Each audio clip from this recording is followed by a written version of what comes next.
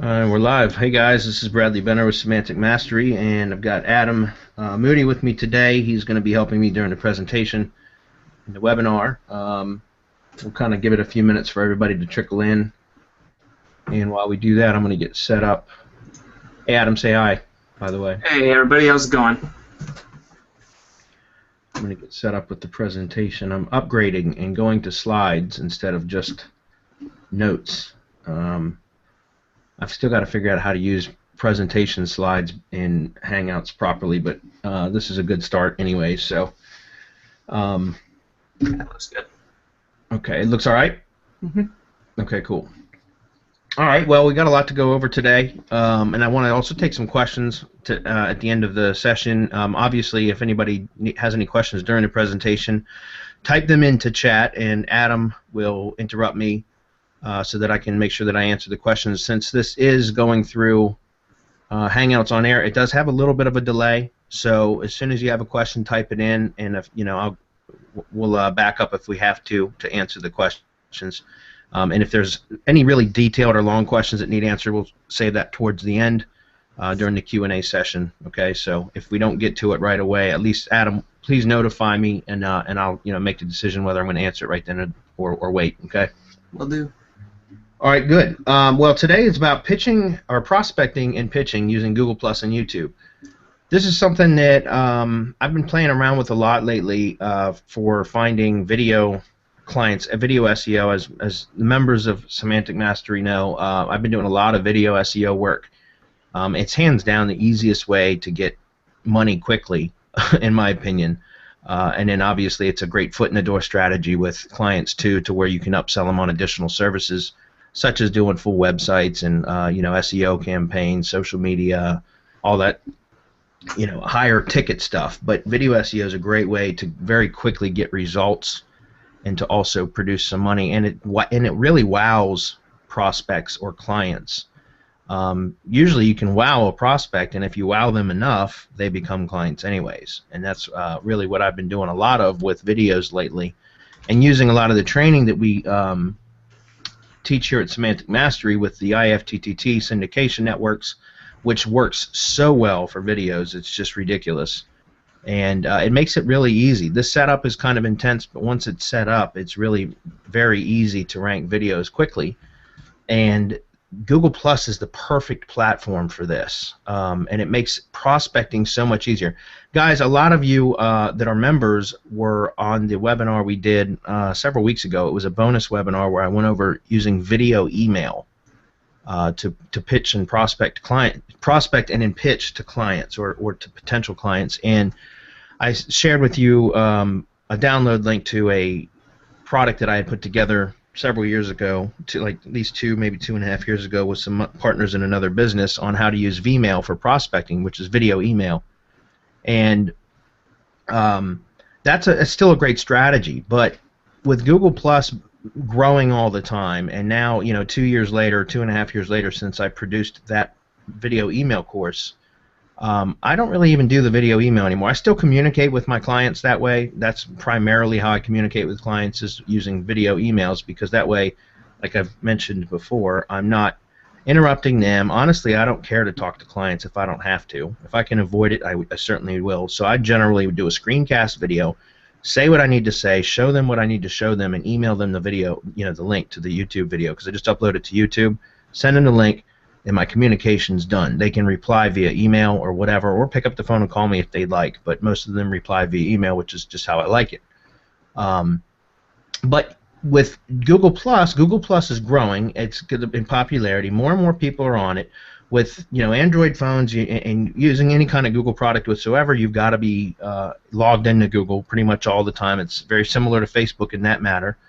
And so it's something that you can use to your advantage to get directly in front of potential clients, okay, without having to cold call or to go knock doors or walk in cold, which is honestly I hate that. I just absolutely hate doing any kind of cold prospecting, period. And this is one way to do it that's very, very easy, and it's perfect to go along with what I shared with you guys with video email. So with that said, we're going to get right into prospecting. And what I'd like to do is talk about creating specific circles using your profile. And the reason I say using your profile is because if you try to if you try to use a business page, for example, and you're contacting or circling people as a brand or a page, your follow back or your circle back rate is going to be a lot less. Okay, I've tested this extensively, and I'll share some tricks about that in a minute too, about some other tests that I've done.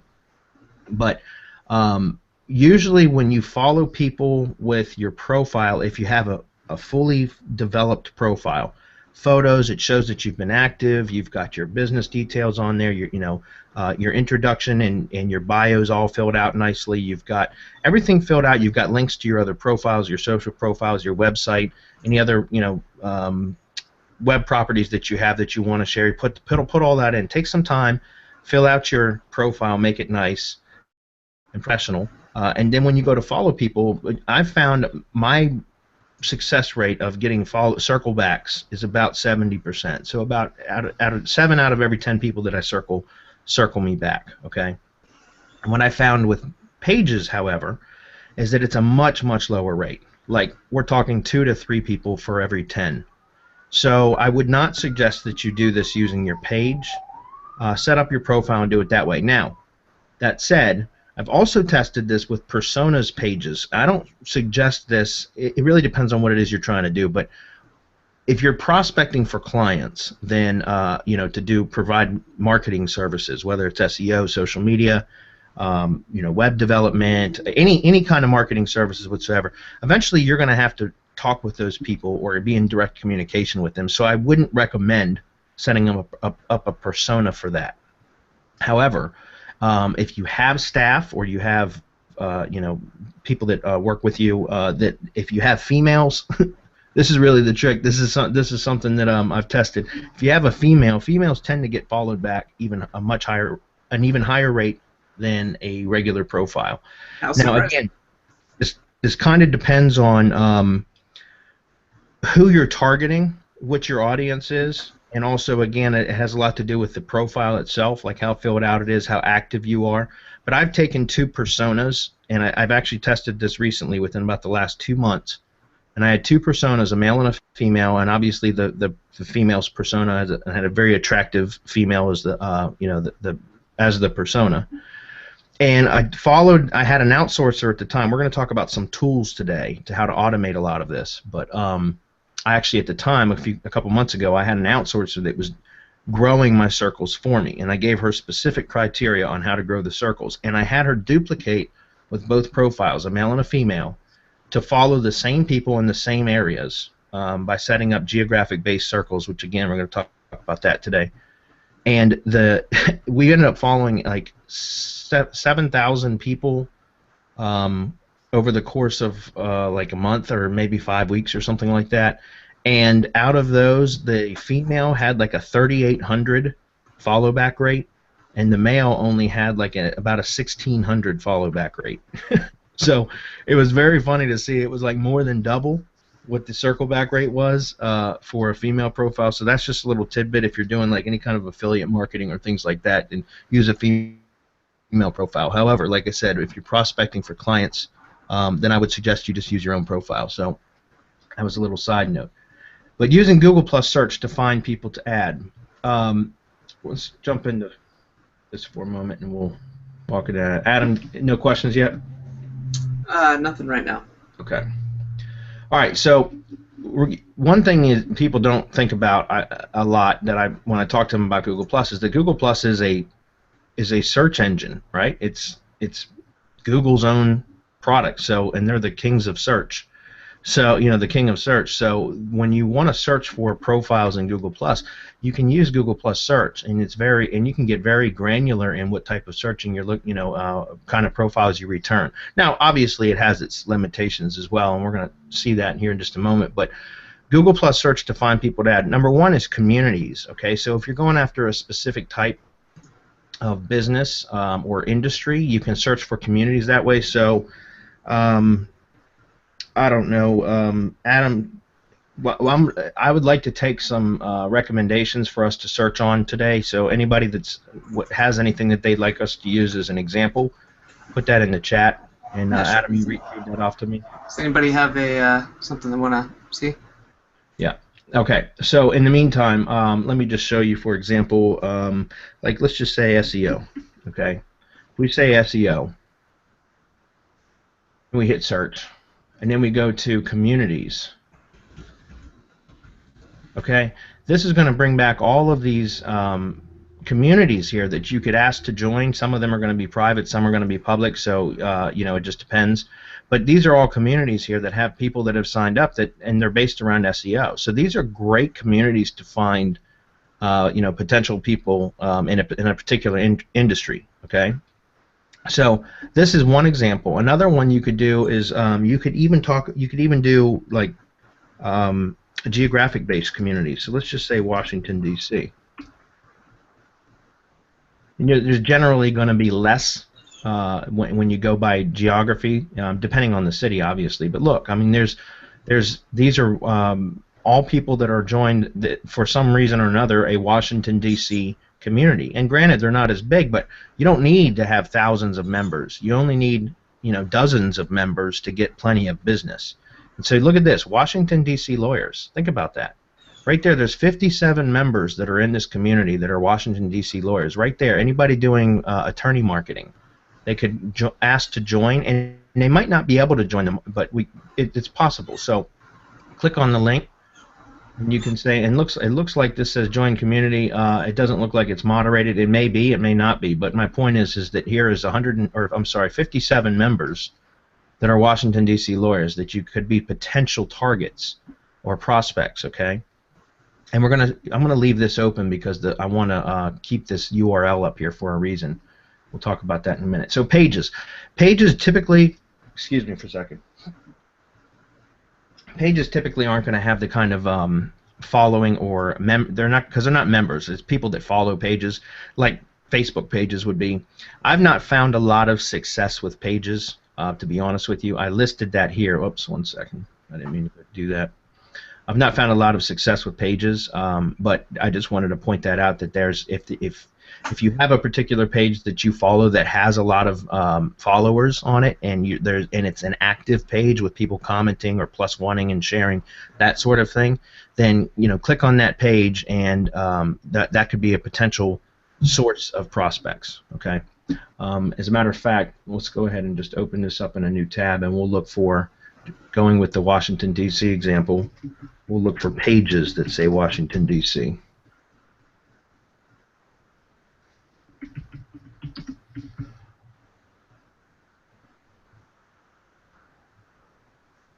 All right, so you can click on people and pages. Okay, and so these are going to be just pages that have Washington, D.C. in them. Okay, so for example, you'd have to click through to actually see the follower count.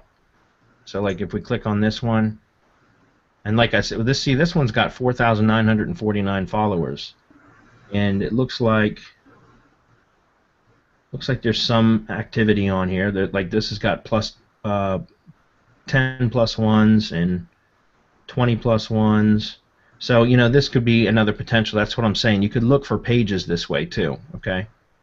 And again, the URL, using a tool that we're going to talk about in a minute called Circloscope, you guys can actually follow all the people or add them to a circle very quickly. All right. So Bradley? Yeah. Austin was asking what communities would kitchen remodeler joining. So it sounds like he was setting up a home improvement company. So I don't know if you want to do a search real quick. Sure. Just to Sure. What was his name? Austin.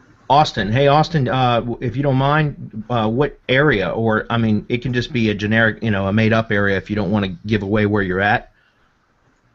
But yeah, let's just go with, let's say, kitchen remodeling. I know of an area that has a lot of that. Would be Virginia Beach.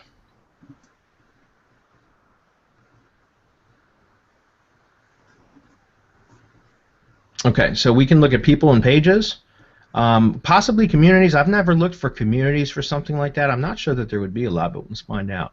Yeah, see, this is Virginia Beach something general contractors with one member, and that's the guy that created it. I guarantee. Um, People and pages. We can click on that, and we can see right here. Now, what's cool about this, and we're going to go into this in just a moment with following people too. See, there's a difference between people and pages. Well, this is obviously going to just return. Well, no, it could have people in here too. But the difference is if you see where it says follow instead of add, then that's going to be a page. If it says plus add, then it's like right here. This is a persona, or a profile is what I should say. When it says plus add, it's a profile. When it says plus follow, it's a page. Okay, so just keep that in mind. I don't discriminate. I'll follow pages too, but typically you're going to get the best results with following profiles because that's somebody's actual profile. With a page, you've actually got to be logged in as that page in order to like get notifications and interact. And people typically don't do that, but especially with using automated tools on how to follow, I really just don't discriminate. I just add whatever shows up in the search results. Okay. So, kitchen remodeling. Let's just say Virginia Beach. These are all potential targets here. Again, the ones that say add, you're probably going to get better results with. But let's just click through here for a second, because what's interesting, and when I had an outsourcer doing this for me, originally she was not circling everybody that showed up in the search. She'd go in and take a look at their profile. So we go to About, and she would say, okay, well, like they currently live in Hillsville, Virginia. I don't even know where that is. Sometimes they would say, currently in, let's just say, New Jersey or Chicago or something like that, and she wasn't following these people or these profiles or adding them to the circle. And basically, it dawned on me that that's not a very good strategy, because in order for it to have shown up in that search, it had to have mentioned kitchen remodeling Virginia Beach somewhere in the profile. And so typically that's going to be for people that have lived there in the past. If they're not currently there, it's going to be previously. And my point is that if you have if they've lived there previously, they probably have contacts there, and they probably have people in their circles. Okay, and when we get to the part of the presentation today about how you contact these people using circles, when you select extended circles, you not only send a direct message to the people that have circled you, that are in that circle, but you also it also goes out to their circles, to anybody that's connected to them. So if somebody is not currently in the location that you think that you want to be marketing to, if they were there previously, add them anyways, because there's a good chance that you're gonna be able to reach people in that area through them, if that makes sense. Okay. So let me jump back over here. Community profiles. Now, we just looked at pages. We looked at communities. I want to talk about profiles, and we're kind of doing that here, but let me jump back and do something else. Another way to do this, guys, is to narrow it down a little bit more. You can use in quotes, and that makes it a little bit more specific. If you're going for a very narrow area, like a small area, or if you're going for a very narrow keyword, it might not return a whole lot.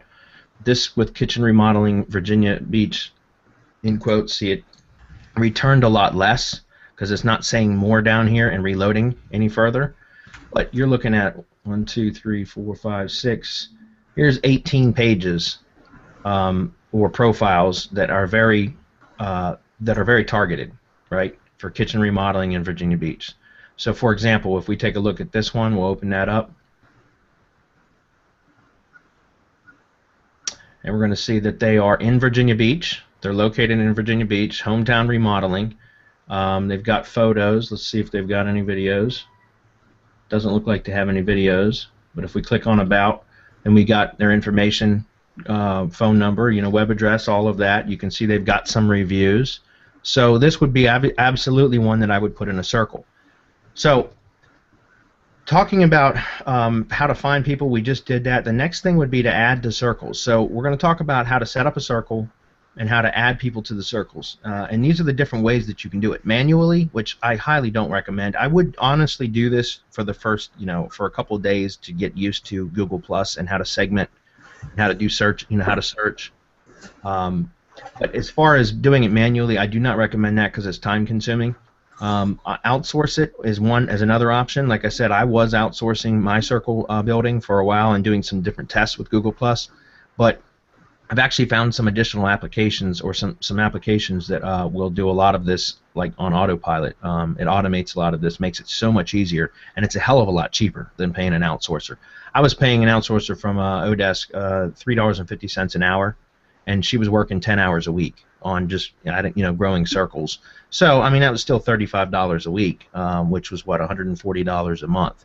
And this tool right here, which we'll go over briefly, you guys can go to the sales page and take a look at it if you like, but if you go to semanticmastery.com/G+adder, ADDER, you can take a look at the sales page. I highly recommend this tool. It's awesome, and I think it's like right now $34 or something like that, $35 maybe. And that's what I was paying my outsourcer in 1 week, and now I've got this tool that does it for me automatically. It just runs in the background while I'm doing other stuff and grows my circles. So. Hey, Bradley, real quick. Yeah. I think I know the answer to this, but somebody was asking how many communities can you, or I forget if that's the right name, but communities can you join as far as Google Plus is concerned? Is there any sort of a limit? I honestly don't know if there's a limit to how many communities you can join. Kind of like LinkedIn. I think LinkedIn you're only allowed 25 groups, or maybe it's 50 groups. Mm-hmm. But Google Plus, I don't know. I've never maxed that out yet. So honestly, I don't know the answer to that. Yeah, I've never seen one. It's got to be pretty big though. Yeah, because I've got to be a member of at least 25 communities, and I've never, and it still lets me join additional communities. So honestly, don't know. That's a good question to find out the answer to, though.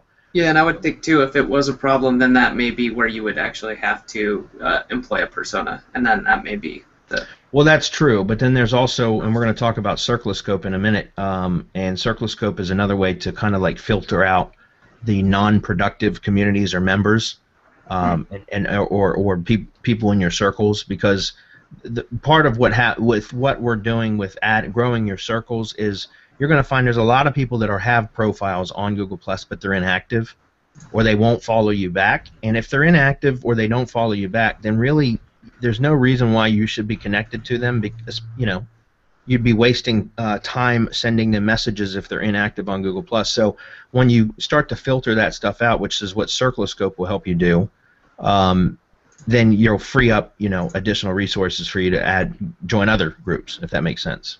So. Mm-hmm. Okay, so let's talk about circles and how to add. Let me go back here, and we want to go to Profile and go to People. Hey, look at that. That was another Bradley Benner. Did you see that? That was weird. Anyways, circles. You want to go to your circles, and in here is where you're going to have all the different circles that you've already created. And if you want to create new one, you just click right here on this plus button and create a new circle. So, for example, if I wanted to create a kitchen remodeling Virginia Beach circle, okay, then I would just click create empty circle, and you're going to see that now this circle is down here at the very bottom, and it's got 0 people in it. Okay, here's a note, if you're or a kind of a trick. If you're going to be adding people manually or hiring an outsourcer to do this, what you want to do is grab this, and you want to try to drag this up, and Google Plus it acts funny when you try to do this, so you've got to do it in a couple steps. But you want to drag this up to the first location, just past just to the right of the add button. Okay. So what happens now is when we go back over here, and I'll refresh this. Now when I go to add this person to my circles, come on Google. When I hover over this, kitchen remodeling is going to be the first place that I can check mark, okay? Because if you have it down at the bottom of a list of circles, then you've got to scroll down every time. So that's just a little time saver, is move the circle up to the top, okay? But you could also do that from the index page. So from here, let me refresh again because I just circled that guy. And this is like all JavaScript based, and so you guys will notice if you're doing this manually that after a while, I guess it caches a lot in your browser or something, and it'll start to slow down. So you might have to shut things down, clear your cache, and then get back in to do it again. So, but now you could do it right from here. So you could just go right through here and just check that, and come over here and check that, and just keep going. And that's one way to do it, and that's what I had trained an outsourcer to do. Okay. And again, I would just go ahead and circle all 18 of these if this was a market that I was going after. Okay. And again, this was, somewhat very targeted because we got Virginia Beach in there. We could change that. Here's another town right next to Virginia Beach, Norfolk. Let's try that. We'll see that some of those are going to have overlap, but there's going to be others that are going to be new ones. You can just keep on going out county by county that way if you wanted, or you could get a bit more broad and say, let's just say Virginia, and I don't need quotes for that.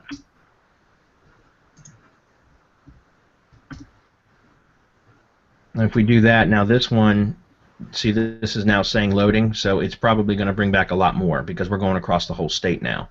Fairfax Kitchen and Bath, you see all these. These are kitchen solvers, JAV remodeling. So these are all potential prospects if that's the industry you're going after in the state of Virginia. So typically you can create, depends on how targeted you want to be. Like I've got a lot, if you take a look at my circles, you'll see I've got a lot of city-specific circles, but they weren't, but that was just because I was targeting anybody in that area. And I've done a lot of tests with Google+, so you'll see a lot of circles here that I really just don't even care about. But my point is that some of them you can get really broad, or you can go really targeted depending on what it is that you're trying to accomplish. So, all right.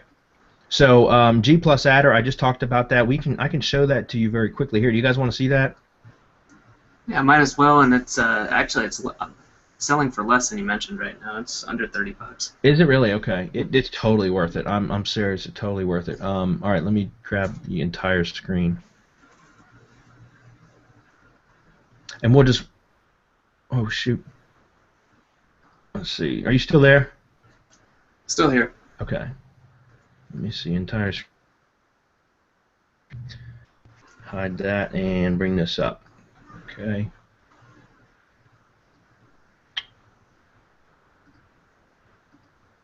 Okay. You guys can see this tool now, right? Yes. Okay, so with this, you just enter in your username and password for your Google account, and then you put your keywords in over here, just like I just showed you.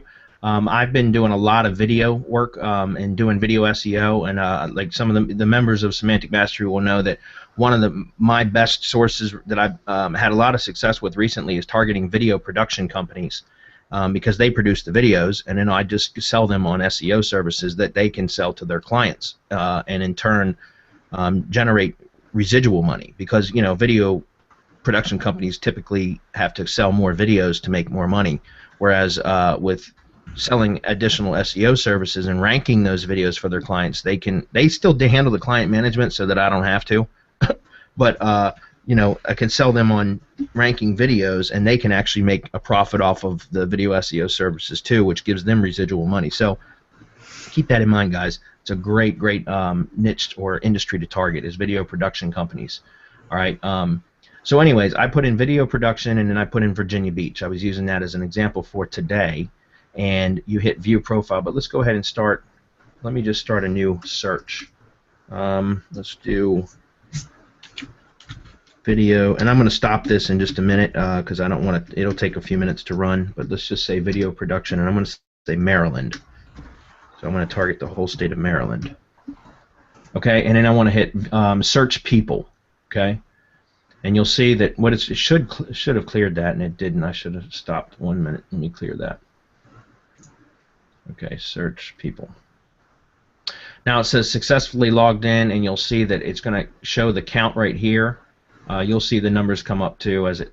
And it does it 20 at a time. So if we leave this run for a few minutes, depending on how many profiles have video production listed and Maryland also listed, it could come back with 150, 200, whatever profiles. Okay, and again, I'm just searching for people, which means it's searching for both people and pages. Plus, you can also search communities. So in other words, you can find communities in this and then actually search the communities for people that have specific keywords in their profiles that are members of the community. So you can get really targeted with this, and it looks like it stopped at 40. So apparently there might only be 40 that have video production in Maryland in there, but that's okay. So the next thing that you'd want to do is you'd want to say add members to circle. If you click that, it's going to open up another window here, And then you can see right here where it says Get Circles. If I click that, it's going to populate this over here with all the circles that are in my profile. So I would want to say unselect all, and then I would scroll down, and I've got a video production Virginia circle. If I had one for Maryland, I would check that. And then what I would do is set up, shows how many max to add in any one, in any one session. And I'll do anywhere between 50 and 100 depending on, how long I'm going to leave my computer running. And this can just run in the background, but let's just say I wanted to add 50 today. Then this is a minimum delay and a max delay so that it's not looking like a bot to Google. So I'll set this to 10 seconds, and then I'll set this to something like 100 seconds so that there's a 90-second. It just at random will choose a time delay between adding people. And then I click Start. And this little window right here is just like a browser. You'll see it navigate to the first profile. Then it'll select the Add to Circle, or click the Add to Circles button. And your circles will show up, and then it'll scroll down and select the circle that you selected. And then it'll reset and do it all over again at a random interval based on the delay settings here. So it's really cool. And then there's actually a way that that you can do like 50 today, and then let's say tomorrow you want to do another 50, and you can actually scrub the list of the 50 that you already added. And you can it also has an unfollowing tool, so it's like remove members from circles. And if I click this, you can say people I am following, people following me, people not following me. So you can actually sort the people that you're following from the people that are following you back and the people that are not, and remove the people that aren't following you back. So with that said, that's just a little brief tutorial, guys. If you want to purchase it, I highly recommend this, and it's really not that difficult to use once you get the hang of it. It is a little up front, but once you figure it out, it's really simple to use and it works really well. So with that said, another tool that I want to talk about is Circloscope. This is incredibly cool. Now I purchased the Pro version. This is if you see up here in my browser, can you let me switch it back to just Google browser. One moment.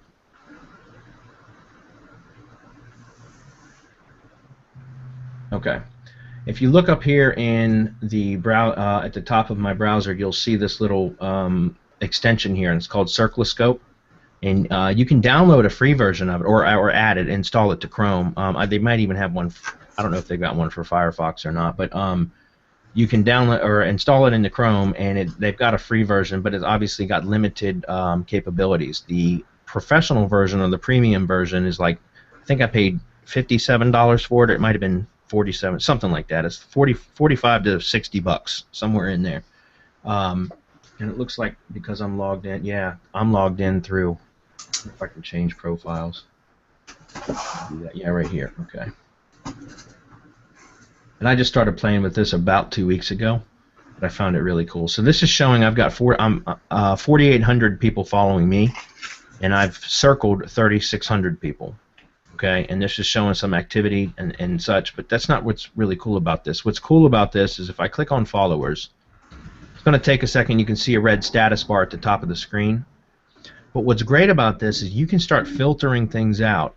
So, for example, if I click on followers here, well, one way I told you guys about adding en masse community members and also page followers, right?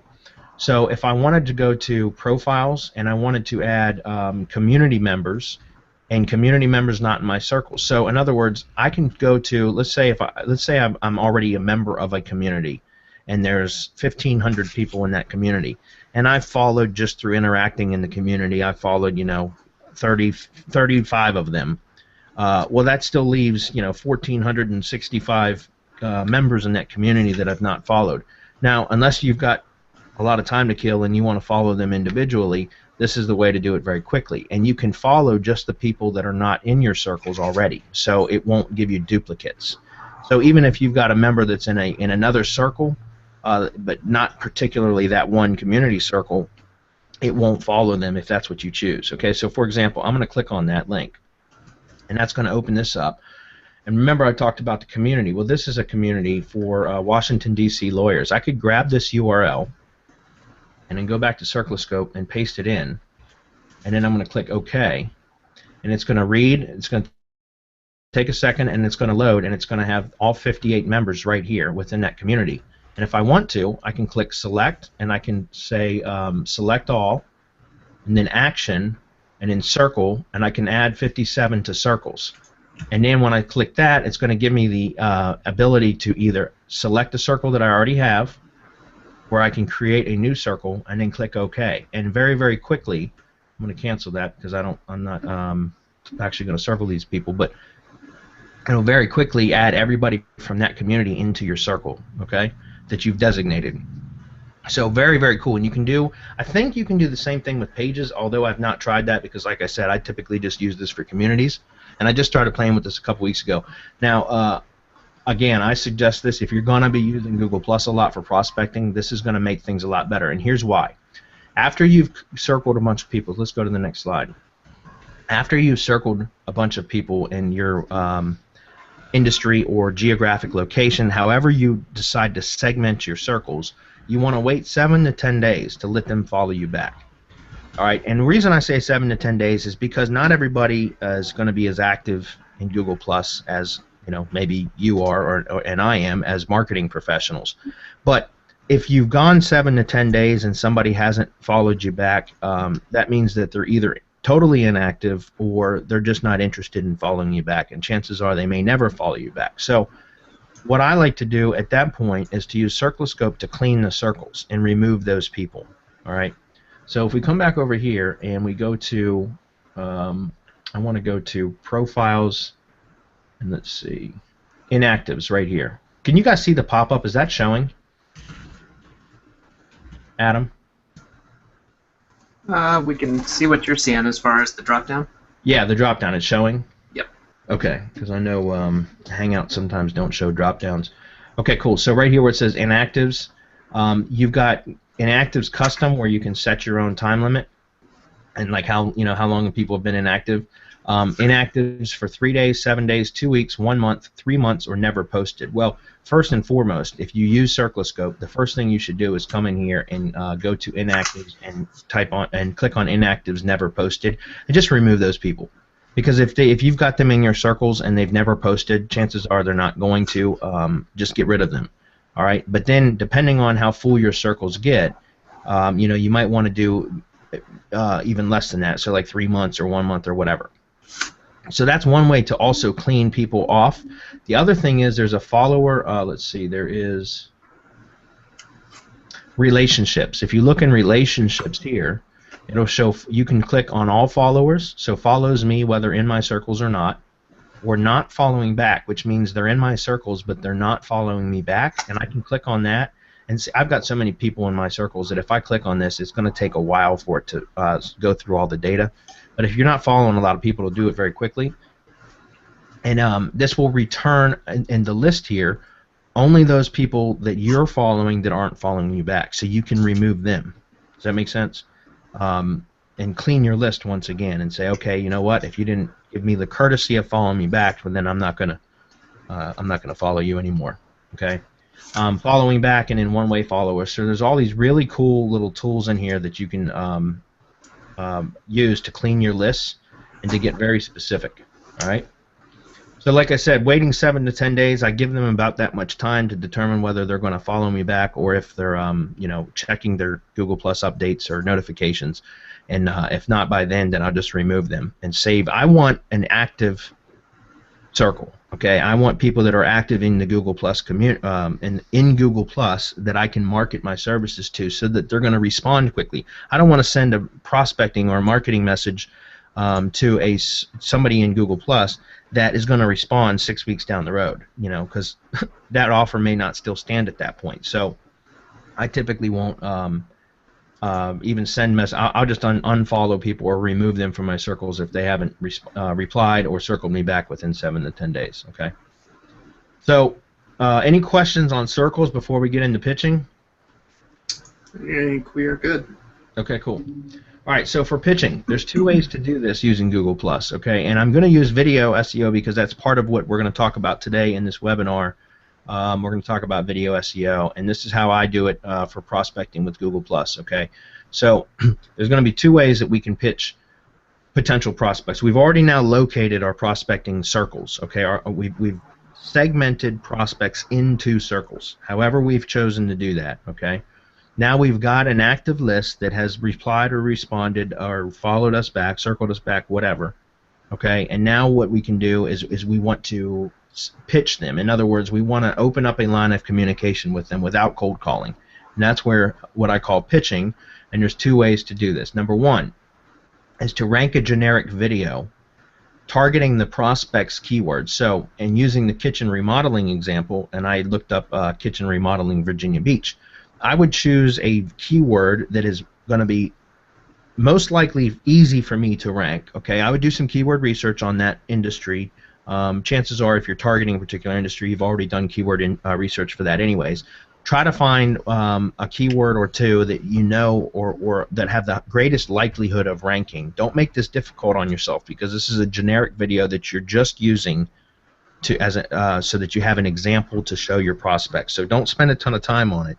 Just throw something together, even if it's a Hangout video, which we'll talk about when we get into the video SEO. But even if you're doing just a Google Hangout with a screencast, a screen share, just like what you're seeing here today, and showing a presentation like a slideshow like this, and it could just be one or two slides, and it could just be you talking, saying, hey, I do marketing for kitchen remodeling companies and SEO services, web design, whatever it is that you do, and right now I'm offering a special where I'm reaching out for clients or whatever.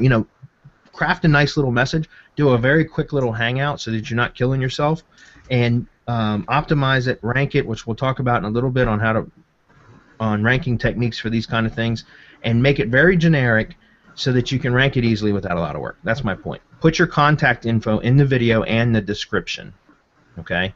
And then create a pitch video after you've ranked the video. So, and part of the reason when I decide to do this, just to give you a timeline, when I start to target a circle and I start to grow that circle, I go out, I locate the circle, I use G+ Adder to automatically add them over the course of 3-4 days, whatever it is, and then I'll give them 7 to 10 days to reply or to follow me back before I go uncircle them. Well, that's my time frame. Okay, so from start to finish, I'm looking at about 14 days, about 2 weeks, before I'm ready to send my pitch video. And my pitch video is not the ranked video. The video that I rank, I'm going to do that as soon as I've determined which industry or circle, which targeted circle I'm going after, which is generally going to be an area and with a specific industry. And I start the following process using G+ Adder. That's when I'll create my video to rank. Okay? Then I'll upload the video, or the way that I typically do videos now is I do Wirecast, so I do live events, YouTube live events. So it's not actually uploading a video, it's doing a live stream. It's very similar to Hangouts. For those of you that don't know it, we're going to talk about it shortly. But I'll do a live event where I'm streaming the video that I've created, and that'll give me about 10 to 14 days to rank it. Typically it'll rank within hours, but if not, that gives me that additional 10 days or so to get it to rank by doing additional SEO to the video, backlinks, social shares, views, all that sort of thing. Okay, so by the time I'm done putting the prospects through the 7 to 10 day waiting period, my video is going to be ranked. Okay, then what I do is create a pitch video, doing just a screencast video, like using Camtasia or Snagit or whatever screencast software you use. Create a pitch video where I show the Google search engine results for that particular keyword phrase, with my videos smack dab at the top of the search results, or at least on page 1. But generally, I try to get it to in the top 3 before I'll use it as an example. And all I'll do is make a pitch video, and there's 2 ways to do the pitch video. Okay, you can target individual people, okay, so profiles individually, where you can make it more personal for them and their business, but that's going to be more intensive because you're going to have to do multiple videos, pitch videos, so that each one is specific to the client that you're pitching to. Or the easier way, the faster way, is to just do a pitch video where you're saying, hey, this is me, this is my company, we do SEO services, or whatever services is you're trying to provide. I just like to show a ranked video because it's very impressive to the client.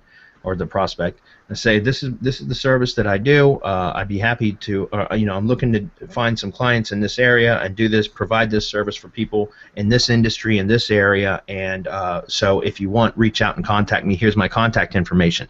You not only say it, but you have it in your video, and you also have it in the description of the video. Then you create, you use the Google Plus to message the entire circle. All right, and I'm gonna walk in, show you this very quickly. Let's go up here to the share button.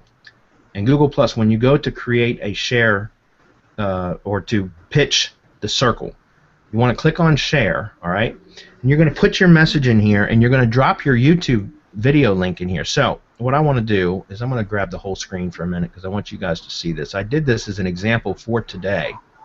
I want you to see how effective this is. All right. You guys can see my whole screen, right?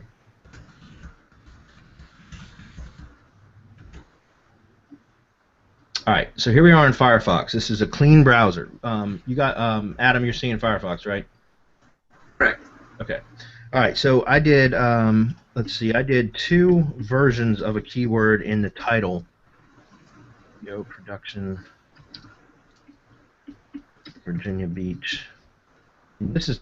A lot of times, guys, this is how I'll do this with videos too, to find out. I'll try to work 2 keywords into the title to see which one's going to rank easier, and then if I find out which one's going to rank easier, then I'll remove the one that didn't rank so that all the juice is going to the one keyword. So if we take a look at this, I'm not on page 1 for that. All right. If I look on page 2, looks like I'm not on page 2 either. Okay, so the other keyword that I targeted was video SEO. So we're going to do video SEO Virginia Beach. Look at this, guys. I'm number 2. This is the one that I did. There's a little photo of me, and it was from 3 hours ago. Okay, so I ranked video SEO, and you can see I targeted 2 because the group that I'd be going after or pitching to would be video production companies.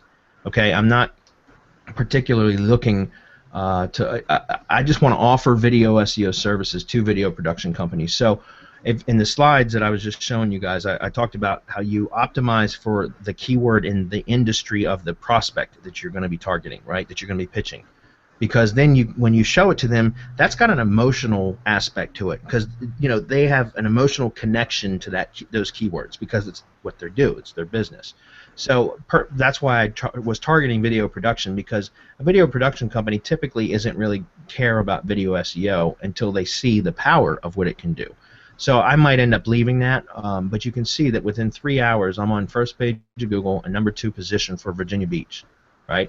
So in talking about the timeline of what I was saying, where I'll start by circling people, I'll determine which circle I want to create and grow that I'm going to be pitching to or prospecting to, and then I'll create the video and I'll rank it, and I'll wait 7 to 10 days after I've built the circles or added everybody to the circles that I wanted to. And I said it gives me about a 14-day period. Well, this was from 3 hours ago. So don't you think in the next 10 days, with a little bit more effort, I can get this to number 1? And chances are I could get video production to rank 2. Although it wasn't in the first 2 pages, so that's one of the signs that might be a keyword that just doesn't rank. Kind of interesting that video production wouldn't have a bunch of videos on the first page, right? But that's just how Google is sometimes. So my point is I've got this in number 2 position. So let's go back. Okay, so to message the entire circle, this is what I was talking about. Let me grab the URL from that video.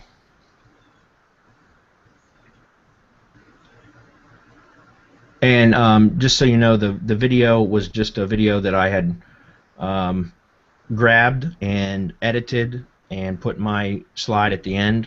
And then I put, optimize the title or the description area a little bit, put a link, contact information in there, and that's pretty much all I did, okay? And then I, optimized it, and it went out across my syndication networks, which we'll talk about when we get to video SEO in a few minutes. But I really just did this. It's a very short video. The last, 12 or 15 seconds is just this slide right here, and so it's just mainly used specifically just to find. Just for prospecting. You can see that this says streamed live on October 16th today. All right, and so that's what I was talking about. I use YouTube Live, live events, instead of just uploading. And it comes out high quality video, not like Hangouts. Hangouts are always low quality. but if you stream live through YouTube using Wirecast, it'll come out HD quality. So that said, let me jump back over here.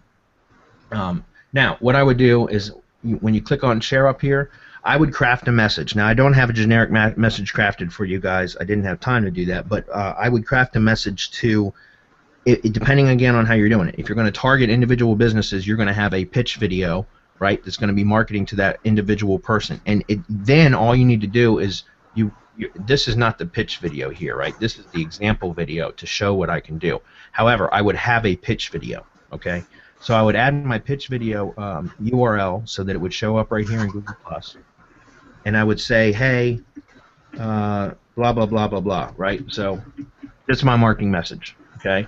And then from down here in my circles, I would unclick all of those, and I would start to type in one of the names from that circle, okay? Which if you're going to target individually, and again, you can do that, and that is even more effective. However, it's a lot more time-consuming because you got to do individual pitch videos, okay? The other way, which is the way that I do it, is I would just target the actual circle. So let's go down, and I had kitchen remodeling Virginia Beach.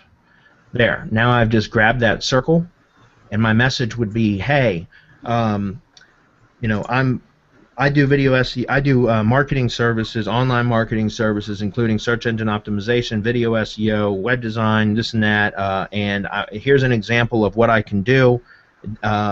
Watch this video below, and obviously the thumbnail image in the pitch video is going to be the search results pages with the video showing #1 for the keyword, right? I'd have I'd highlight that with put a red box around it and everything, and make sure that that was the thumbnail image, so that what they're seeing is the thumbnail image here of the search engine results page with their keyword, desired keyword, and in the video, right? And I'd have it all highlighted and arrows pointing to it and all that to really draw attention to it. And I would say, okay, here's this is what I can do. Right now, I'm taking one kitchen remodeling contractor in the Virginia Beach area. First come, first serve. Right? So now you've added scarcity to your message. Remember guys, you've already put these people through a 7 to 10 day waiting period to see if they've circled you back. They have. Whoever you're marketing to at this point has circled you back. They have gone in and said, okay, they've looked at your profile and I'm going to circle this guy back. So you already know that they're somewhat active on Google+, and you're not being a jerk. You're saying, hey, look, you're in the kitchen remodeling business in the Virginia Beach area, and I happen to have ranked a video in this area for your one of the keywords that would be valuable to your business. I'm looking to take one contractor. Do you really only have to work with one contractor? No, you don't. But you say that because what that does is causes the feeding frenzy, right? This is a scarcity tactic. You can if you want. If you only want to target one, by all means, just do that. But it's a way to get people to respond very quickly. Say first come, first serve. I'm going to work with one contractor in this area. Contact me if you'd like to know more, okay? And so what's cool is, now take a look at this, guys. This is where it's really powerful, and I'm going to jump back over here. Hopefully this window doesn't close when I do that. But you see where it says use G+ to message entire circle, and then it says email too? This is a really powerful feature of using Google+. Check this out. See this where it says at the very bottom, also send email? So not only do you have access to their Google+ notifications, like you can see there's 3 notifications for me up here right now. So they're going to get this in their notifications. Plus, they're going to go. This is going to be in their stream on their Google+ homepage. But if you want, you can check this box to send email, and then when you click share, that's going to send them a direct email, right? A direct email to their inbox. So you know they're not going to miss it. So that's very, very powerful, and that's why I say don't spam. You know, you want to be very targeted with your message, and you want to make sure that it's highly targeted to them, so that they're not looking at it. And don't be too promotional. Just say, hey, look, I know that you're in this business in this area. I happen to be providing services right now to that area. Thought you might be interested. Check out the results that I can provide. If you're interested, contact me back. And leave it at that. Leave it at that. You'll get some responses. There's no question you will. All right. So the other thing is, talking about emails, Circuloscope also will do that. If you take a look at Circuloscope, hold on, here we go. There is, if you look right here under the miscellaneous tab, there's a emails available. Damn it! it says right here, are in my circles and have shared their email address. So if you wanted to go broad, so for example, if you didn't want to just target a particular geography, like, area, then you could go a lot more broad and target, let's just say, using kitchen remodeling again as an example, let's say you target kitchen remodeling across the entire United States. You grow one big massive circle of kitchen remodeling companies, okay? You can still use your example ranking video of, kitchen remodeling Virginia Beach and show that it's ranked to anybody in the United States, because the process is the same, right? And then you could select only people that have emails available and send them a direct email, right? Very, very cool, guys. I mean, it's like a way to get directly into them. Never have to cold call, never have to knock on doors, and you're getting direct to them, right? So that was pitching using ranking a generic video first. The other way is just to start with a pitch video. And guys, this is going to be your fastest way to getting prospects, is to just start with a pitch video where you don't rank a example video first. It's more effective to rank an example video first, especially if you're targeting people in a specific area. If you rank a video for their keywords in that area, then that's more effective. But again, it takes time, and it's going to take time to rank the video for the most part, or you might be able to get results in 3 hours, right? I mean, I could show this as number 2 in 3 hours and use that as a selling point. Say, hey, look what I was able to do with my video in 3 hours. Or I could wait 14 days and push this to number 1, and then target them then, or send the prospecting the pitch message then. But my point is, a question. Okay.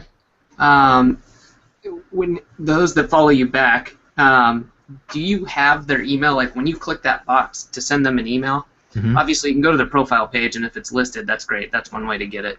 But no. I guess you don't see their email, correct? But it goes in emails in the background. Yeah, if you check this box, this will send it to their Gmail address, but you won't get that Gmail address. However, with Circloscope, if you look at the miscellaneous emails available, this will show profiles that have their email publicly listed on their profile page.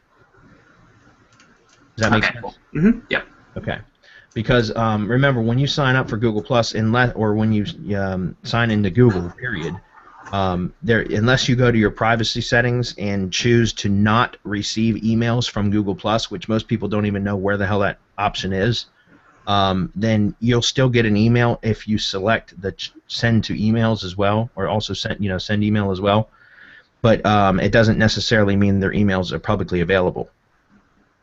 But the ones that do have them publicly available, you can find out through Circloscope. Okay? Sounds good. All right. So start with the pitch video. Be sure to include examples. So for those of you that have been doing marketing services for a while, I'm sure you have a portfolio of examples that you can show. So for those, starting with just a pitch video works best for if you already have a portfolio, so that in your pitch video you can just show a portfolio of examples. You can say, okay, I ranked this for this term and this for this term and whatever, and this is what I can do in your area. So again, I found that it's more effective if you target specific keywords in the location of the people you're targeting, or at least if nothing else, at least in the industry. Maybe it's a different location, but like so with kitchen remodelers, you can show that you've ranked kitchen remodeling keyword phrases, whether it's websites, videos, whatever it is that you do.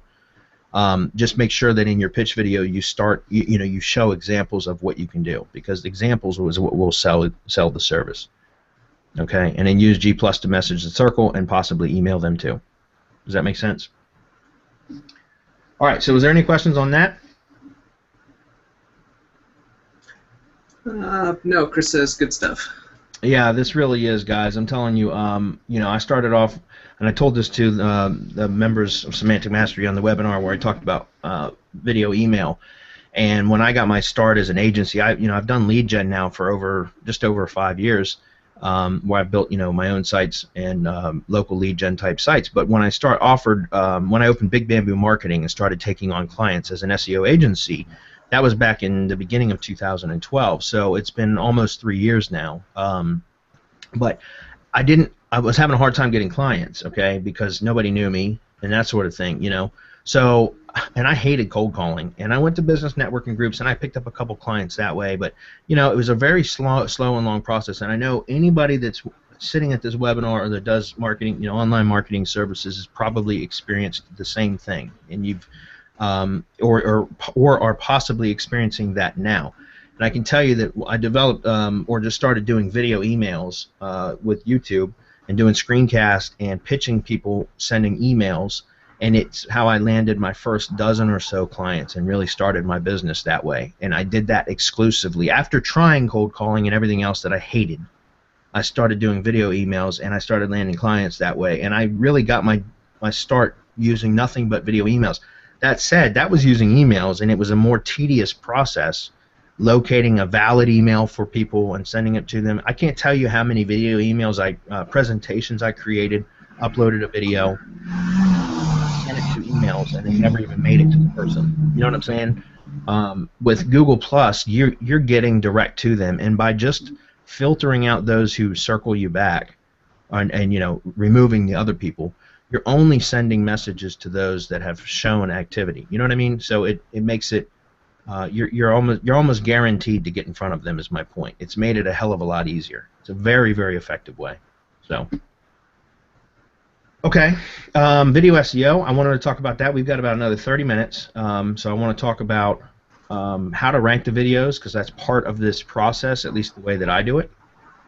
Again, I'm using videos for pretty much, if I had to give any advice to somebody just coming into the business, you know, where to start. As a matter of fact, I gave this advice to a new member of Semantic Mastery earlier today, where he asked, where should I start? Video SEO.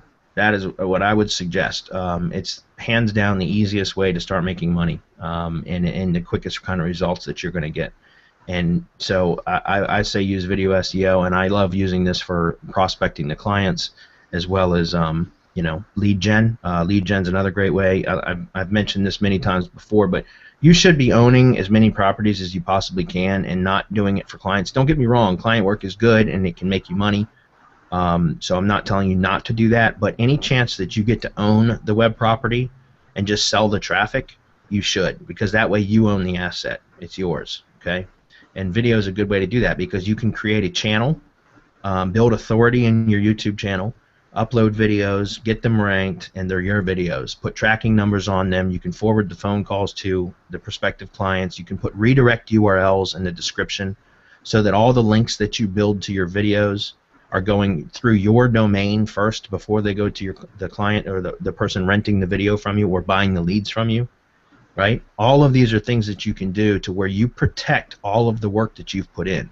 When you do work for clients, if they decide they want to stop paying you and you've done work on their properties, guess what? They get to keep all that work that you've done, and you've got nothing left for it.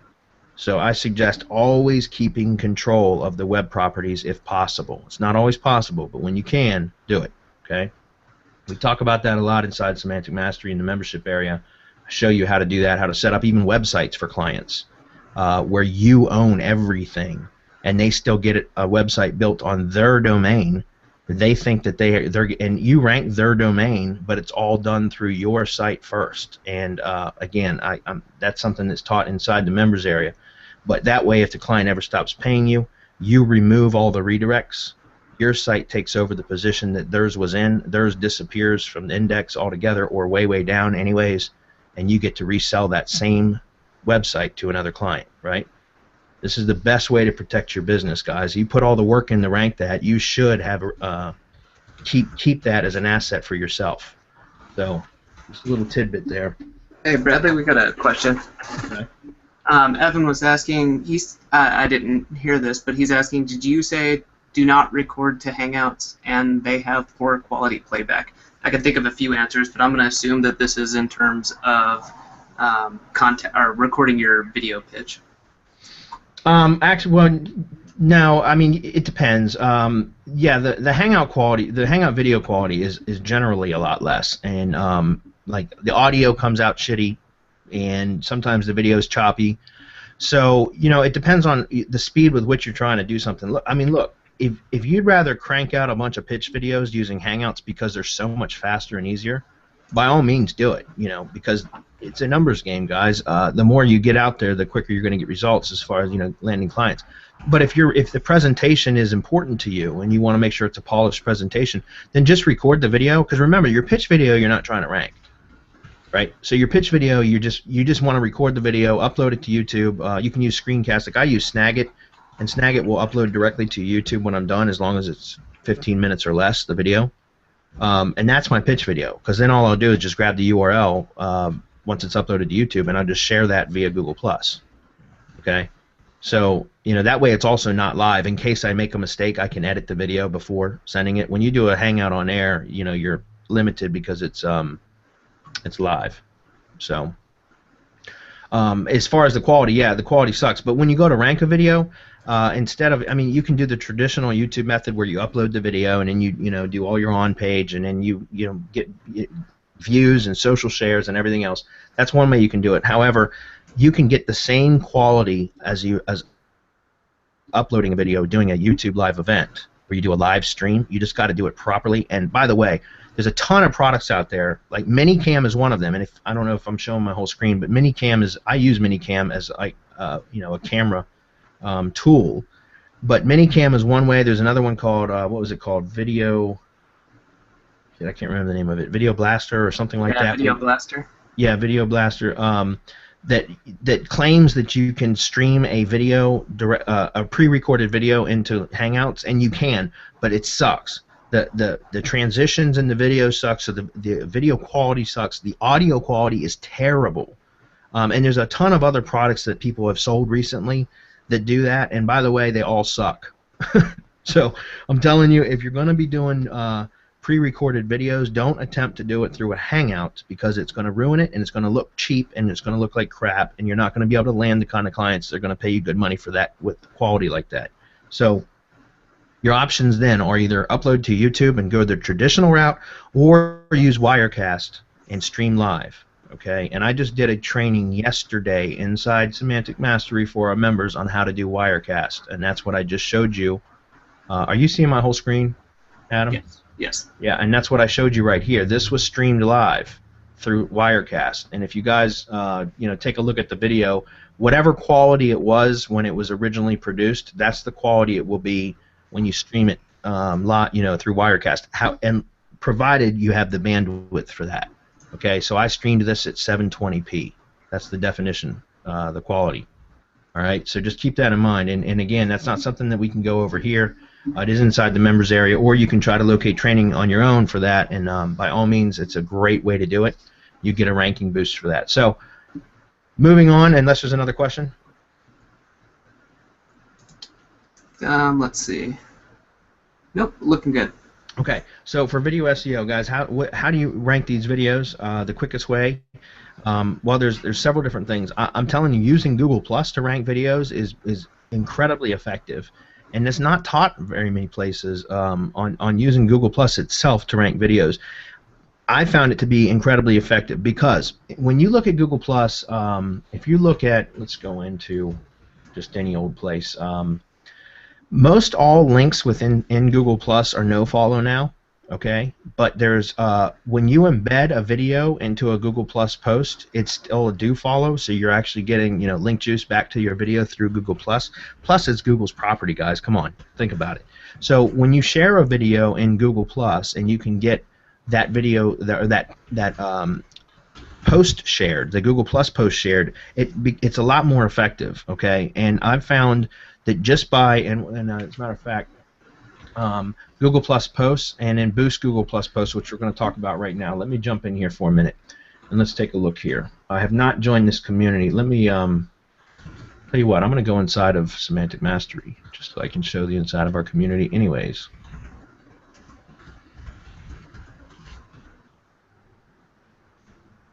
All right.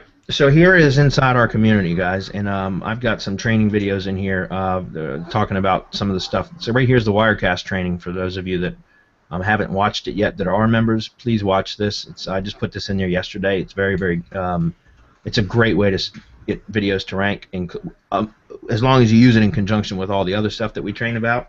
It works very well. But that said, let's just say that this was a video that I was trying to rank right here, okay? I've shared it in Google Plus. Now, what's important is to get comments if you can, and get +1s, and shares. Shares are the most important thing if you can get them. But you know, obviously, it's unless you've got a video that is share worthy, it's difficult to get that. But what you can do, and if you don't know this, is right here where there's a drop down arrow. If you click on that, you can see where it says link to post. You copy that URL, right? Let's say done. Let's go and jump over here, and I'm going to paste this in. Now this is like, oh, because you know what? It's I'm in a locked community, so let me go back and find a public post, guys. Just a minute, because I'm not logged into that. Just a minute. I'm going to grab one of my profile posts that have been public.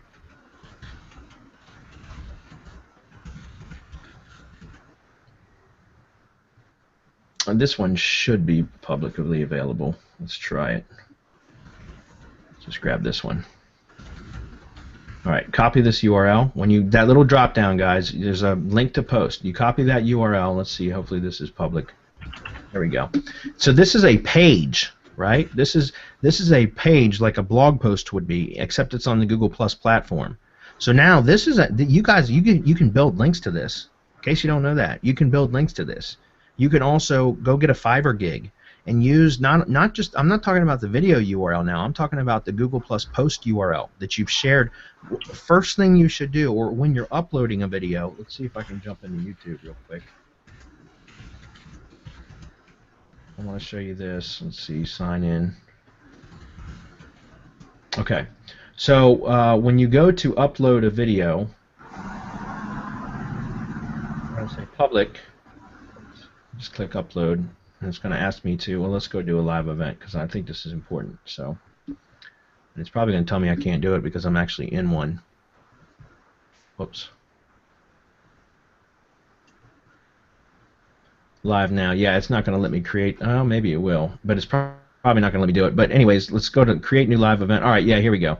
So when you go to upload a video or even a live event, you can see right here where it says, well, public, that's listed, but where it says also share on, if you click Google Plus, that's going to automatically create a Google Plus post to whatever the channel, if the channel is attached to a page. So if it's a page channel, it'll share to that page. If it's your profile, then it'll share to your profile. Either way, it doesn't matter. It's a public post at that point. And you can do this manually afterwards. You don't have to do it when you upload it, but I just suggest you do it. This is automated this way, right?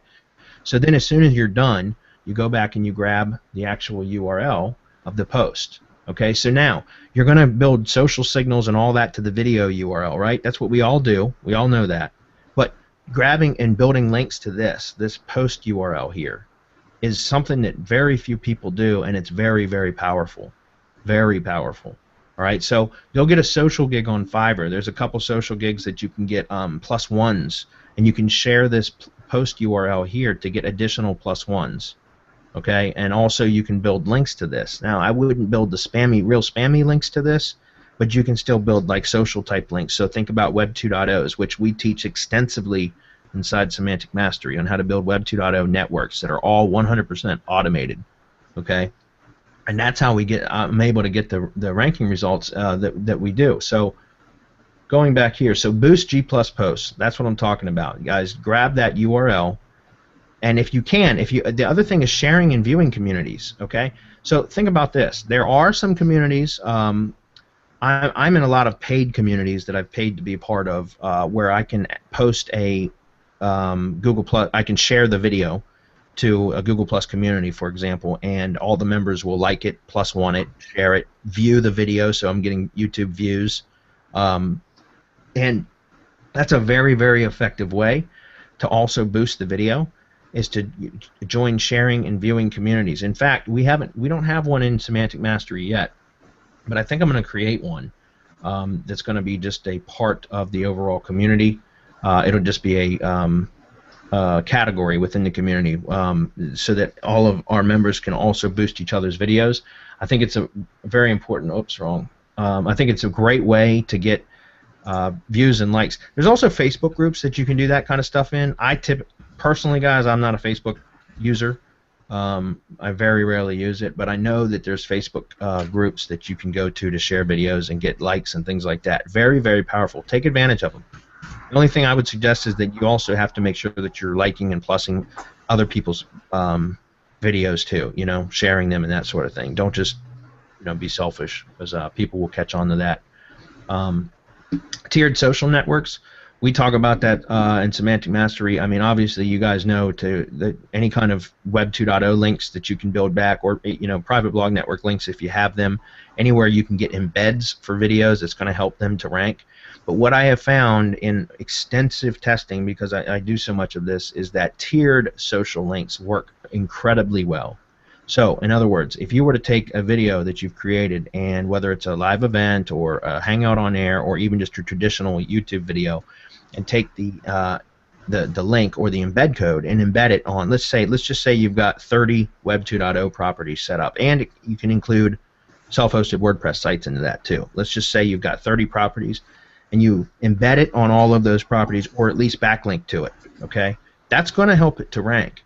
But if you had the option of doing another 20 properties, so instead of just 30, you've got 50, I would suggest that instead of doing those 20 properties all tier 1, in other words, direct embeds, I would take those additional 20 properties and have those 20 properties build links to your first tier links. Does that make sense? What I have found is that the videos tend to rank better and also stick longer in the position that you've ranked them to if you're building second and third tier social links to the embeds. Okay, so your first tier should be embeds plus obviously some links directly to the YouTube URL. But then on your second tier and your third tier, you're linking to your first tier properties. So in other words, your first tier is getting linked to from your second tier, and then your third tier is linking to your second tier. And you get embeds in that too if you set them up properly. And again, our IFTTT networks that we build, you can do that, and it's all automated. The only thing you need to do is upload or stream live to your YouTube channel, and it automatically syndicates and propagates across the entire network. And that's what I'm doing with mine. And again, so like this 3-hour deal where I'm ranked number 2, again, the setup on the network part it's intense, and there's obviously I would suggest hiring an outsourcer, and I've got training available for our members for that, which has not been released yet. So those of you that are members and are itching to get that training for the done for you outsourcer training, please be patient. Just a couple more days, guys, and you will have it all, I promise. But again, suggested you set up you get outsourcers to do it, but then when you upload a video to your YouTube channel, that's it. It's done. Like, it literally will go out across, like this one right here went out to about 140 properties. Okay, on Autopilot. All I did was create the video and upload it, or through live stream, Wirecast, and it went out across about 140 properties. And it takes a little bit of time for it to go through work its way through the network.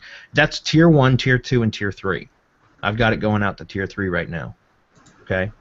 And so my point is that after that, that pretty much handles the ranking for you. And if you need additional ranking, if you need to boost it beyond that, that's where I talk about going and grabbing the post URL and taking the post URL and then bookmarking that and sending +1s to that post URL, getting likes and shares and comments. I mean, guys, it doesn't take much. This one right here is I got 4 shares or 4 +1s and a share, and it went across my same network. And I'll show this. I don't care.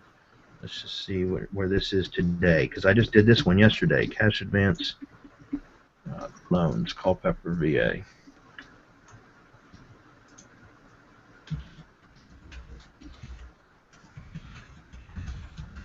And that one's down about, what, number 6? Yeah, it looks like it's in number 6. So this one's from yesterday, from 20 hours ago. You know what I'm saying? It doesn't take very much to rank. Guys, anybody that's in the cash advance, payday loans, that sort of thing, that's somewhat of a competitive market for keywords. And this wasn't very hard to rank because it goes across all of those networks. So, like I said, I just wanted to talk about tiered social links. I mean, if you don't have automated networks set up for that, that's fine. Just keep that in mind if you're going to be trying to rank videos, is that you can still do it. Like if you're buying Fiverr gigs or you're using some sort of link building software, like FCS Networker is a great one. There's another one called RankWiz. Just keep that in mind, that it's not all about building tier 1 links. You want to try to build second and third tier links as well. and that's going to end up giving you better rankings than if you just do tier 1 links. Okay. Is there any questions about that, Adam? No. Okay, cool. So the last one's about Hangouts and live events. Okay, Hangouts on air. Again, you can do that.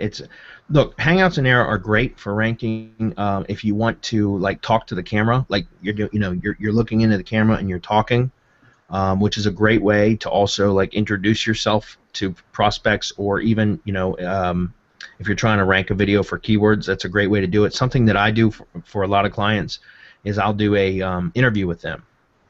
And I'll let them, and basically it's a 3 to 5 minute interview where I will send them ahead of time a list of questions, which is typically like 4 or 5 questions. I'll introduce myself and who they are. I'll say, tell me a little bit about your business. Who are you and what do you do? They talk about that. Then I say, okay, what got you into the business? What sets you apart from your competitors? How can people contact you? That's it. 3 to 5 minutes. Some clients, obviously, they're very long-winded, and you got to kind of cut them off. But you do a very quick video, Hangout on air, so that it streams live. You optimize it ahead of time. Again, you can set that up through live events, or you can just optimize the title if you go through Hangouts and start a Hangout on air, and then after you've stopped the broadcast, it's going to upload itself to YouTube, and then you can go in and optimize the description and everything else. I found a bit of a boost, better results if you optimize everything ahead of time, and you can do that through live events. So if we go back over here where it says create new live event, you can see right here under type where it says quick or custom. Quick is if you want to use Google Plus Hangouts on air, so you can still optimize everything ahead of time, your title, your tags. You can go over to advanced settings. You can put your geographic tags in, so longitude and latitude, geotag it. You can do all of that ahead of time, and then when you click on Go Live Now, it's going to go start a Google Plus Hangout on air. So you can actually optimize it ahead of time. That's more effective than just doing a standard Hangout on air where all you get to do is choose the title. But also Wirecast, and that's what I was talking about. If you go to Custom, Custom's going to bring up encoding options, which is how you use Wirecast, and Wirecast is free to download.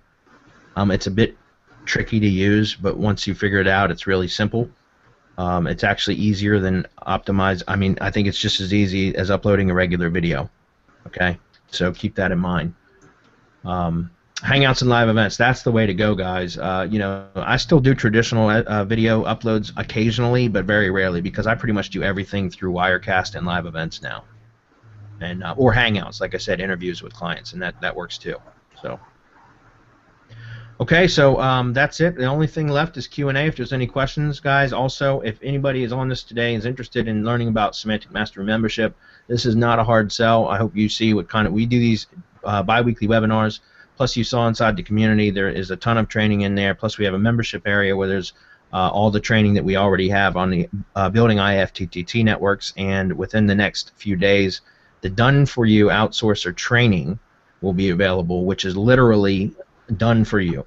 In other words, you're going to have the training where you can hand it over to an outsourcer and let a VA build your networks, okay, to where all you need to do is upload a video to your YouTube channel or post a blog post to your blog, and it works for blogs too. It's not just for videos, and it will syndicate itself out across dozens or hundreds, depending on how much how big you want to build your network, of properties. Tons of backlinks, tons of social backlinks, social signals, and Google approved properties. And I'm telling, it's just a very, very powerful system. The biggest hang up, and by the way, that's semanticmastery.com/membership if you guys are interested. But the biggest complaint or roadblock for that we hear is that it's very labor intensive setting up the networks, and it totally is. So again, I don't set up my own networks anymore unless it's for training purposes.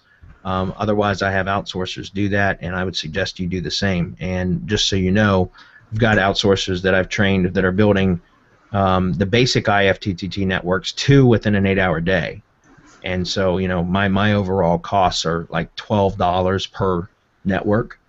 And then what we do is just combine, dozens of networks to make these great big huge networks for these video broadcasting networks that rank videos like in 3 hours. So, anyways, if there's any questions, I'd be happy to answer some questions. Otherwise, we're just going to wrap it up. Let's see. Evans, he says you were saying about doing a Hangout with a client interview. Hmm. That kind of contradicts what you said about quality. Why, again, are you interviewing a client via Hangouts? Well, because there's not, I don't know how to interview via livecast. I know that it can be done, but I don't know how to set it up that way, which would be HD. Plus, you got to realize that the client that you'd be interviewing, it depends on how tech savvy they are, and to set up Wirecast and all that for them, like either unless you're going to go to their location and set it up for them, it's hard enough to get clients to even figure out how to use Hangouts on air. So yeah, as far as the video quality, what I meant by it sucks is if you're trying to do a presentation, whether it's a pre-recorded video or even like a screencast of like slides, like what I'm doing right here. Okay, the quality can turn out very poor. All right, the audio especially if you're doing just speech isn't really that bad. Well, and again, it depends on the connection speed. So that keep that in mind. If you're going to be interviewing clients, their connection, if it's slow or if they're on wireless, see, like I'm hardwired in with an Ethernet cable, so I've got a very strong connection. But most clients are going to be on a wireless and they're going to be on a laptop, and you got to train them with all of this ahead of time. It's effective if you can get them to do it. But yeah, as far as the quality, it still comes out rather poor at times. So yeah, I mean, absolutely, the best thing to do is to do a pre-recorded video if you can.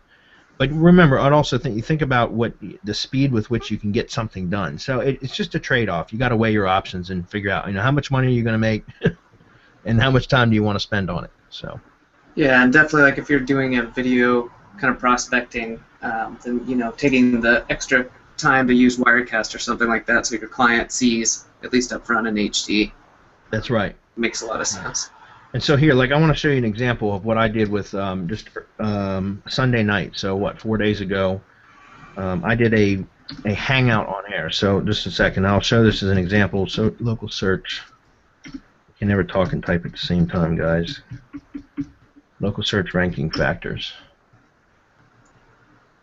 Okay, so here I am on number 9 in Google for 2014 local search ranking factors. We were on number 6 a couple days ago, but this is a hot topic. Look at all these 1 day ago, 2 days ago. So 3 days ago I did this video, and I'm going to copy this URL and put this in chat, guys, and you can take a look at this.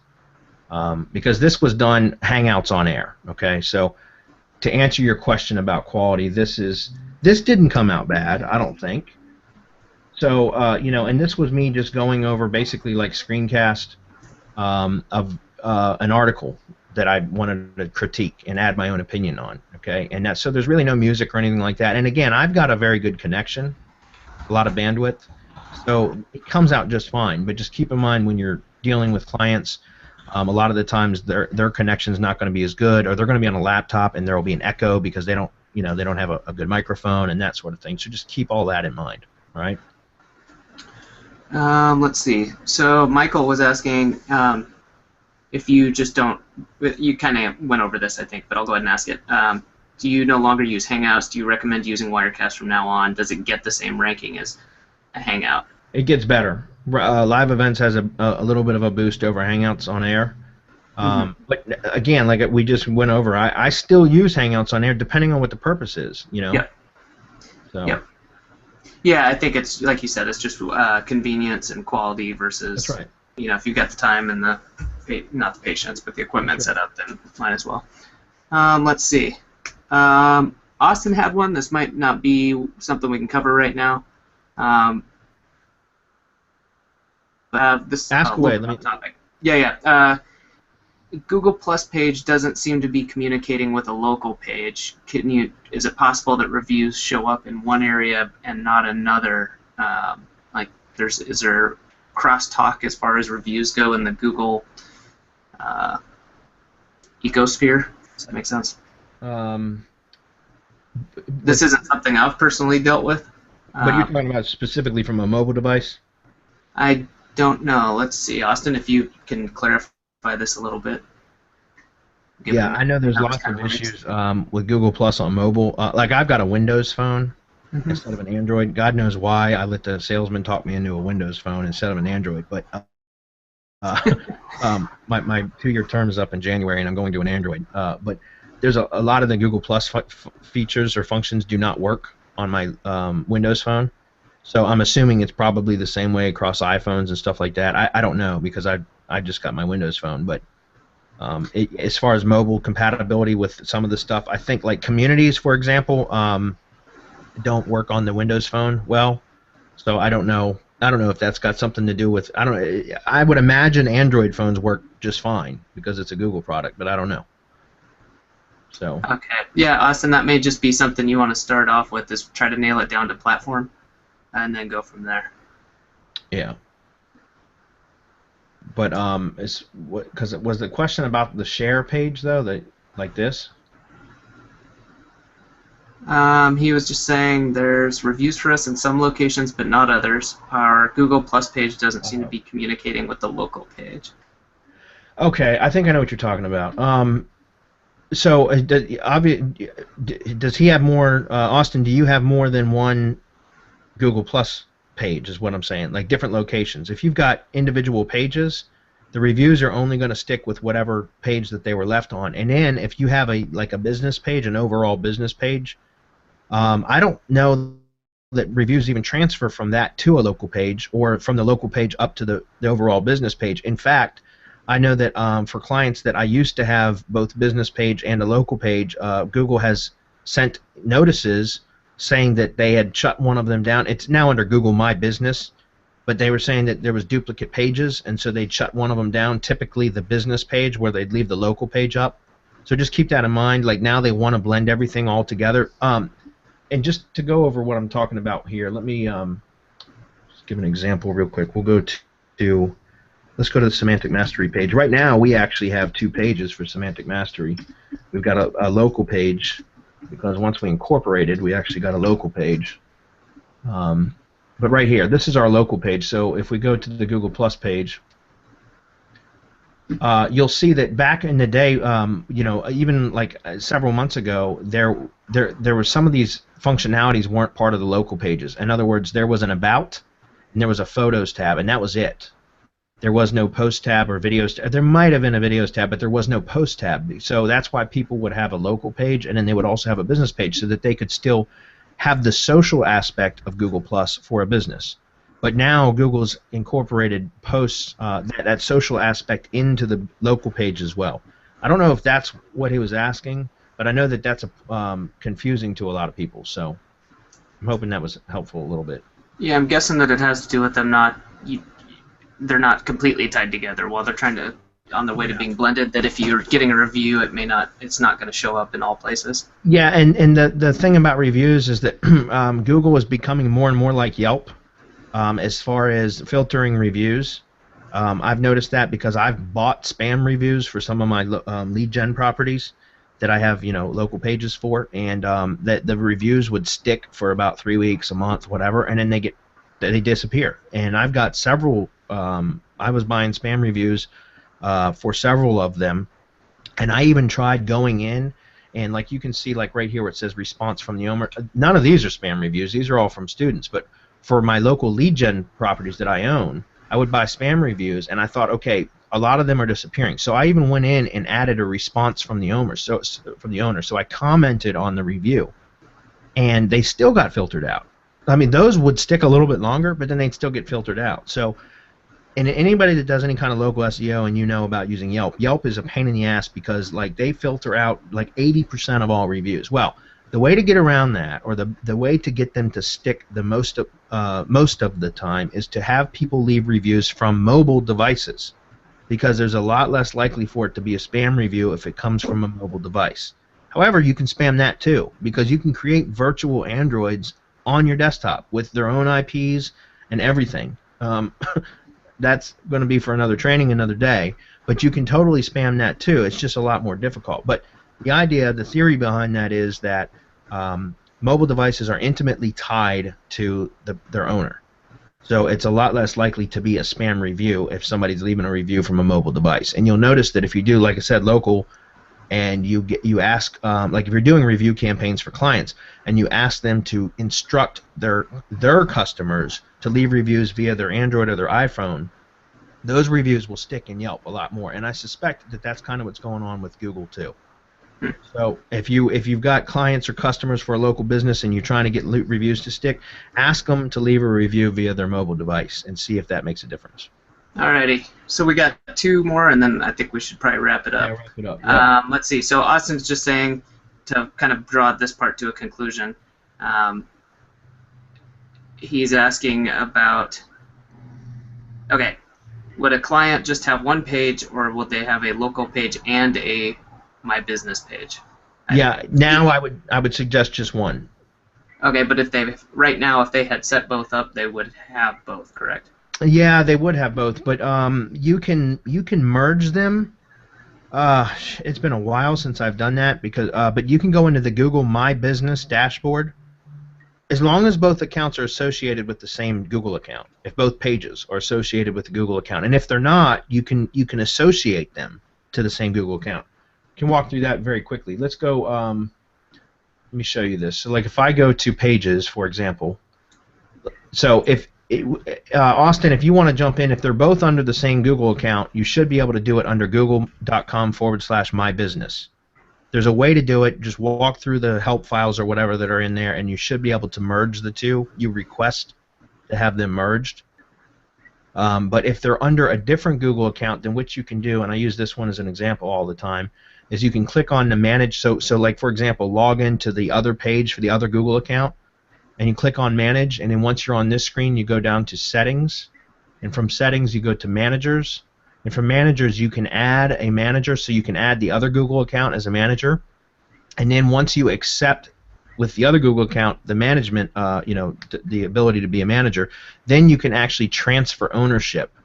Then once the ownership has both pages, they own both pages under the same account, then you can ask to merge them. Does that make sense? Mm-hmm. Okay. Let's see. So Michael's question here, last question for today. Are audio reviews good? Do they rank well? That's a new one for me. I didn't even know you could do audio reviews. I've never done it. I know there was a course that was sold just a few weeks ago about that. Mike Cooch was promoting it. Anyways, I've never. I don't know. Yeah, I guess that's something we can look at. I imagine they would be better than just a text review because it's multimedia, but I've never done it. Cool. A good test. So.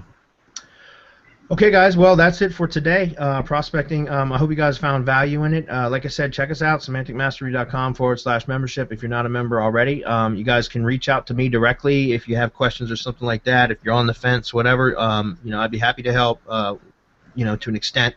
And you can find me in Google Plus under Bradley Benner. I'm like the first or the third or fourth person that pops up when you start typing in Bradley B. I'll pop up in Google Plus. Feel free to circle me, and I'll answer some questions. But by all means, come join the membership. You'll get a lot of information, and we do this every other week. So thanks for being here, guys. Hey, Adam, thanks for helping out, man. Thank you. Have a good one, everybody. All right.